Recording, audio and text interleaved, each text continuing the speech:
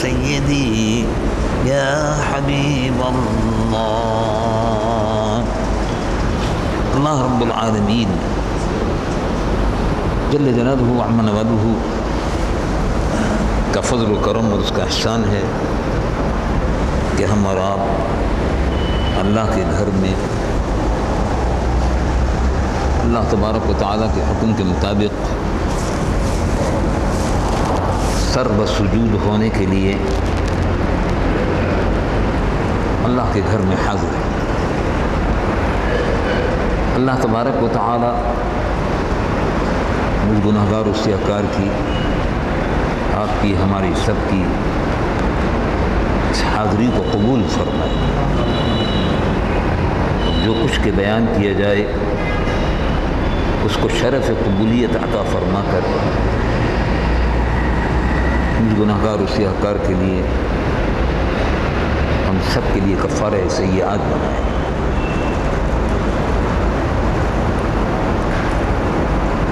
رمضان المبارک اپنی پوری رحمتوں اور برکتوں کے ساتھ یہ مقدس مہینہ حضور پر نور خاتم الانبیاء والمرسلین سید العالمین محمد رسول اللہ صلی اللہ تعالی علیہ وسلم امت کے لیے، روئے زمین کے مسلمانوں کے لیے اور حضور خاتم الانبیاء صلی اللہ علیہ وسلم کی امت کے لیے رحمتوں کا، بخششوں کا،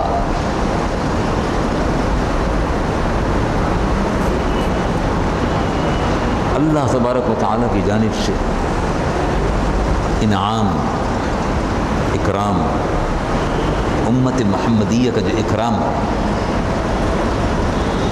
رمضان المبارک کا مقدس مہینہ آ رہا ہے۔ اللہ تبارک و تعالیٰ جل جلالہ وعم نوالہ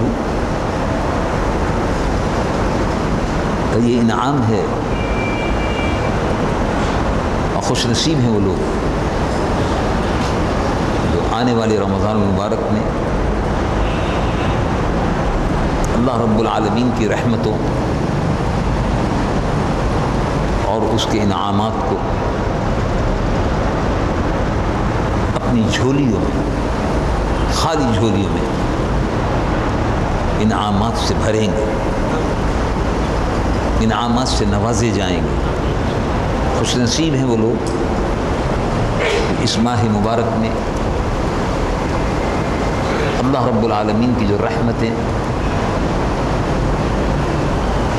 جو برکتیں نازل ہو رہی ہیں، ان میں ان کو حصہ عطا ہوگا، وہ خوش نصیب لوگ ہیں۔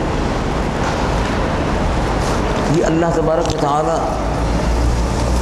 جل جلالہ وعم نوالہ نے حضور پر نور رحمت للعالمین سید العالمین محمد رسول اللہ صلی اللہ علیہ وسلم کی امت پر خصوصی انعام فرمایا ہے، اور اس ماہ مبارک کو شہر رمضان، ماہ رمضان کہتے ہیں۔ رمضان، شہر رمضان،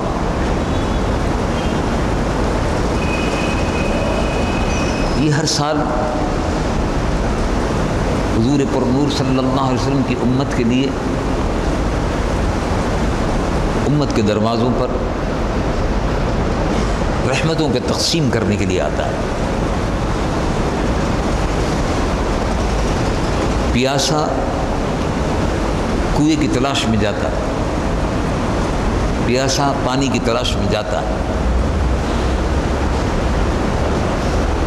اس لیے کہ اس کو ضرورت ہے، وہ اپنی پیاس بجھانے کے لیے، تشنگی کو دور کرنے کے لیے پانی کی تلاش میں سرگرداں رہتا ہے۔ لیکن سبحان اللہ، اللہ رب العالمین جل جلالہ و عم نوالہ کی رحمتیں تقسیم کرنے کے لیے ماہ رمضان المبارک حضور پرنور صلی اللہ علیہ وسلم کی امت کے دروازوں پر دستک دیتا ہے. میں آ گیا ہوں، روزہ رکھیے،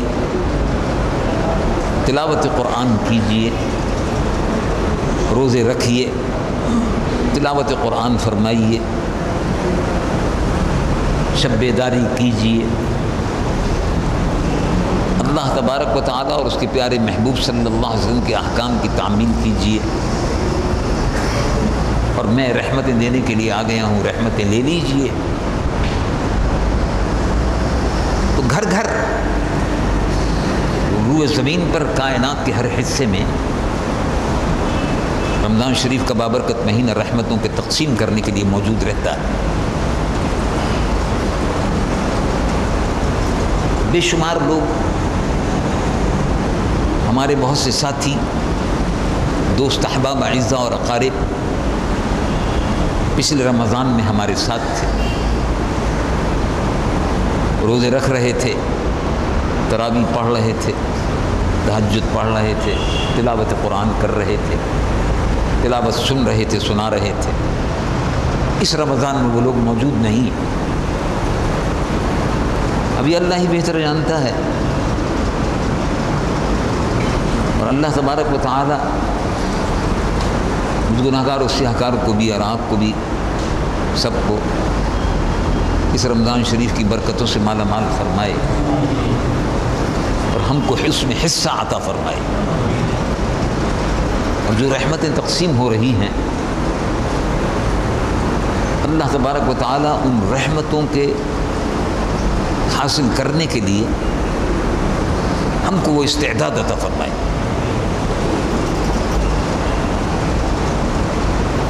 گیہوں کو بونا ہوتا ہے، درخت کو لگانا ہوتا ہے، سبزی اور ترکاری کو بونا ہوتا ہے، تو اس کے لیے زمین کو تیار کیا جاتا ہے. مکان کی عمارت تعمیر کرنی ہوتی ہے تو زمین کا بندوبست کرنا پڑتا ہے، اس کے بعد اس کی کھدائی ہوتی ہے، زمین کو ہموار کیا جاتا ہے، اور اس کے بعد اس کی بھرائی ہوتی ہے، اور اس کے بعد عمارت کی تعمیر کھڑی ہو جاتی ہے. کاشتکار اور کسان زمین کو کھودتا ہے، ہل چلاتا ہے،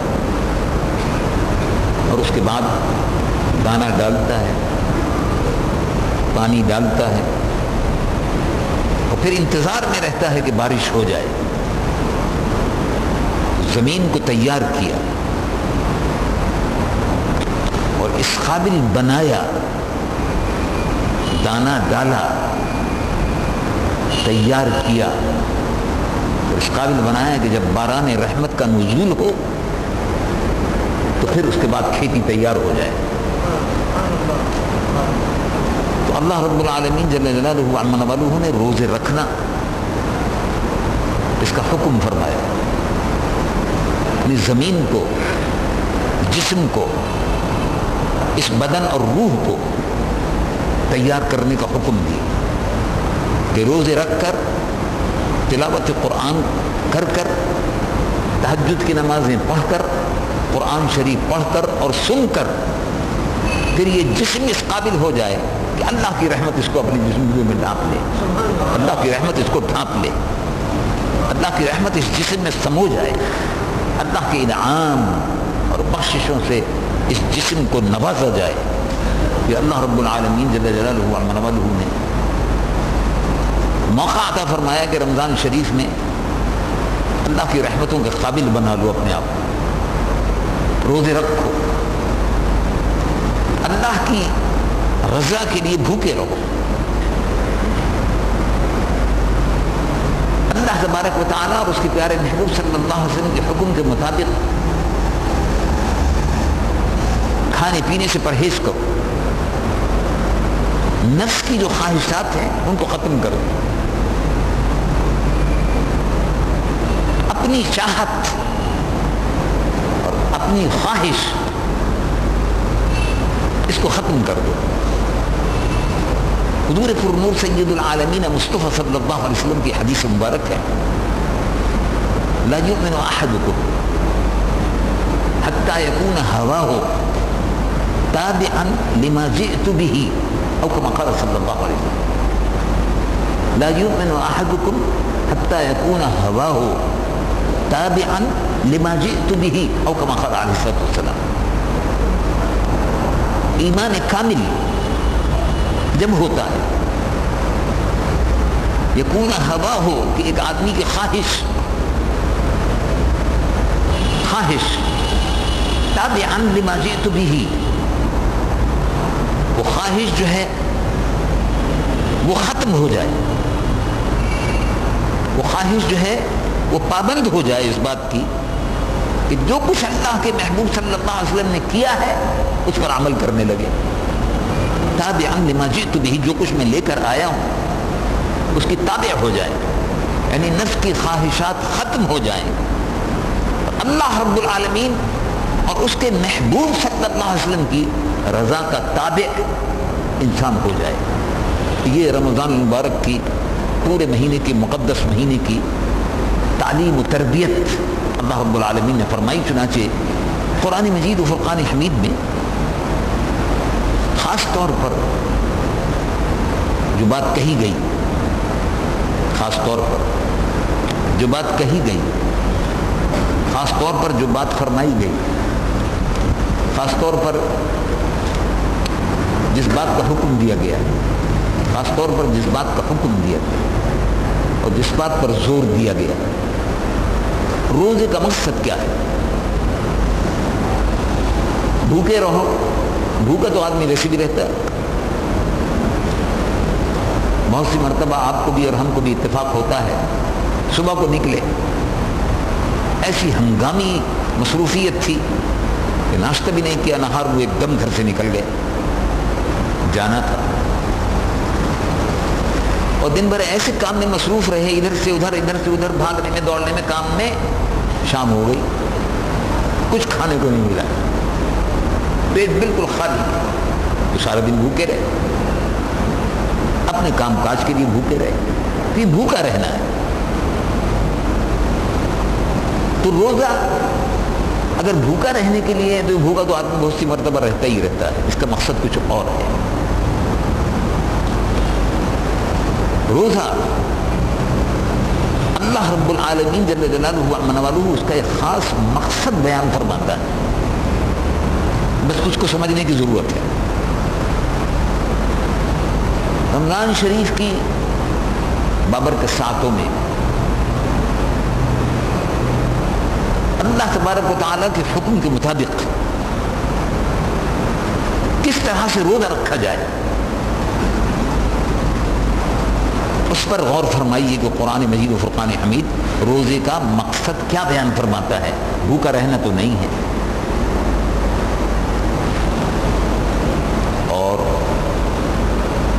بہت سے دنیا کے بے شمار کام ہیں،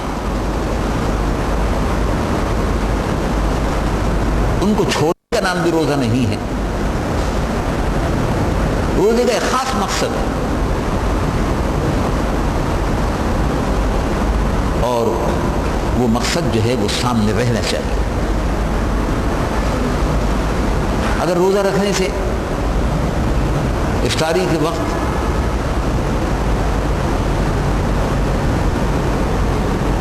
غصے میں اعصاب جواب دے گئے، مرضی کے مطابق افطاری نہیں ہے، گھر میں جھگڑا ہو گیا، نمک زیادہ ہو گیا، اور لوگوں سے جھگڑا ہو رہا ہے یہ بتانے کے لیے کہ میرا روزہ ہے، تو اگر روزے میں جھگڑا بھی ہو رہا ہے، روزے میں غصہ بھی ہو رہا ہے، روزے میں افطاری پہ جھگڑا بھی ہو رہا ہے، یہ مجھے دو اور وہ مجھے دو، یہ بھی کھا لوں اور وہ بھی کھا لوں جلدی سے، اگر یہی ہوس ہے اور یہی نفس کی خواہشات کے مطابق کام ہو رہا ہے تو روزے کا مقصد پورا نہیں ہوا. بلکہ روزے میں تو حضور پرنور صلی اللہ علیہ وسلم نے ارشاد فرمایا کہ اگر کوئی تم سے جھگڑا کرے، کوئی تم کو برا بھلا کہے، کوئی تم کو تیش دلائے، غصہ دلانے کی بات کرے، فَلْيَقُلْ إِنِّي صَائِمٌ، کہہ دے میں روزے سے ہوں، میں جھگڑا نہیں کرتا بھائی۔ تو گالی دے رہا ہے، کہہ دے بھائی میں روزہ دار ہوں، میں گالی نہیں دوں گا، بھائی میں روزہ دار ہوں، میں غصہ نہیں کروں گا، آپ جو چاہیں کہتے رہیں، آپ کی مرضی ہے۔ مسجد میں گئے، افطاری کی پلیٹ سامنے رکھی ہوئی تھی، کسی دوسرے شخص نے بھی اس میں سے تھوڑا سا لے لیا، اسے جھگڑا کرنے کی ضرورت نہیں ہے، ٹھیک ہے، اسے لے لیا ہے، بڑی اچھی بات ہے۔ دن بھر جب صبر اور شکر کے ساتھ روزہ گزارا، افطاری کے وقت بھی تو صبر اور شکر کے ساتھ افطاری کرنی چاہیے، اور وہ افطاری کا خاص وقت ہے، قبولیت دعا کا خاص وقت ہے، تو میں بھی اس پر آتا ہوں۔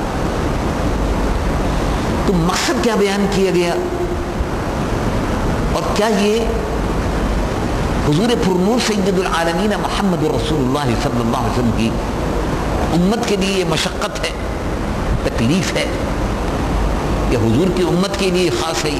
نہیں، اس سے پہلے بھی تھی۔ اس کی ابتدا، روزوں کی ابتدا حضرت آدم صفی اللہ کے زمانے سے شروع ہوئی۔ حضرت آدم صفی اللہ بھی روزہ رکھتے تھے، وہ ہر مہینے کے 3 دن روزے ہوتے تھے، ایام بیض اس کو کہتے ہیں، 13، 14، 15 مہینے کی، چاند کی 13، 14، 15 کو روزہ رکھتے تھے ہر مہینے۔ اس کے بعد انبیاء علیہم السلام روزہ رکھتے رہے۔ بنی اسرائیل کے لیے اللہ رب العالمین نے 40 روزے فرض فرمائے، وہ روزے رکھتے رہے اہل کتاب۔ اس میں انہوں نے ترمیم، تبدیلی، تنسیخ، تاریخ کی تبدیلی، وقت کی تبدیلی، اپنی مرضی سے وہ اس کو کرتے رہے۔ ایسے موسم کی تلاش میں رہے کہ جس موسم میں آسانی سے روزہ رکھ سکے۔ ہمارے یہاں روزے کا دورانیہ جو ہے رمضان ہے۔ اب رمضان شریف کبھی گرمی میں آتا ہے، کبھی سردی میں آتا ہے، 24 سال میں تبدیل ہوتے رہتا ہے موسم۔ 24 سالوں میں تبدیل ہوتا رہے گا، تو کبھی رمضان شریف سردیوں میں آئے گا اور کبھی گرمیوں میں آئے گا۔ بہت سے لوگ ایسے ہیں کہ جو روزہ شہری ان کی ختم ہوتی ہے صبح 7:30 بجے، اور روزہ ان کا افطار ہوتا ہے 3:45 بجے۔ یہ Scandinavian countries, Europe, Sweden, Norway, Denmark, Scandinavian countries, Russia وغیرہ کے وہ علاقے، لینن گریڈ وغیرہ کا جو علاقہ ہے، کینیڈا، سرد علاقے، وہاں صبح 7:10 پر سحری ختم ہوتی اور 3:45 بجے غروب آفتاب۔ بڑا مختصر روزہ ہے، لیکن یہی لوگ، اب آج کل رمضان اکتوبر، نومبر، دسمبر میں آ رہا ہے، چلتا ہے نومبر، دسمبر میں روزہ سحری شروع ہوگی، سحری ختم ہوگی 6 بجے، یعنی اکتوبر میں 6 بجے کے قریب ہے، 6:00 پر لندن، پیرس، ہالینڈ وغیرہ، اور افطار جو ہے وہ 4 بجے۔ غروب آفتاب 4:15 پر ہے آج کل لندن میں۔ اب اس سے آپ اندازہ لگائیں کتنا مختصر ہے۔ اب اس کے بعد یہ چلتے چلتے چلتے چلتے جون میں آ گیا۔ جون میں اور جولائی میں 2:50 پر سحری کا وقت ختم ہو گیا لندن میں۔ لندن، پیرس، 2:50 پر وقت ختم ہو جاتا ہے سحری کا، اور افطار ہوتا ہے رات کو 10:10 پر افطار ہوتا ہے۔ اب اندازہ لگا لیجیے آپ، نومبر میں دسمبر میں رات کو 3:45 بجے افطار ہوتا ہے، اور جون میں جا کر 10:10 پر افطار ہوتا ہے لندن میں۔ اس سے آپ اندازہ لگا لیں تو کتنا لمبا روزہ ہوا۔ جون میں ان کی سحری ختم ہوئی 7 بجے، تو 7 بجے سے معاف کیجیے گا، جون میں سحری ختم ہوئی 2:55 پر، اور افطار ہوا 10:10 پر۔ وہ جلدی افطار کیا، جلدی تراویح پڑھی، اور جلدی تراویح پڑھنے کے بعد سحری کھائی، اور 2:55 کو سحری ختم کی۔ اب اسی میں مغرب بھی ہے۔ یورپ میں جون میں اور جولائی میں یہی نظام رہتا ہے۔ تو رمضان شریف میں اب یہ کسی نے اس کو بدلا نہیں، عیسائیوں نے اس کو بدل دیا، انہوں نے اس کو بدل دیا، اور موسم ایسا رکھا اپریل کا، نہ زیادہ گرمی نہ زیادہ سردی، بدل دیا خود ہی اللہ تعالیٰ نے۔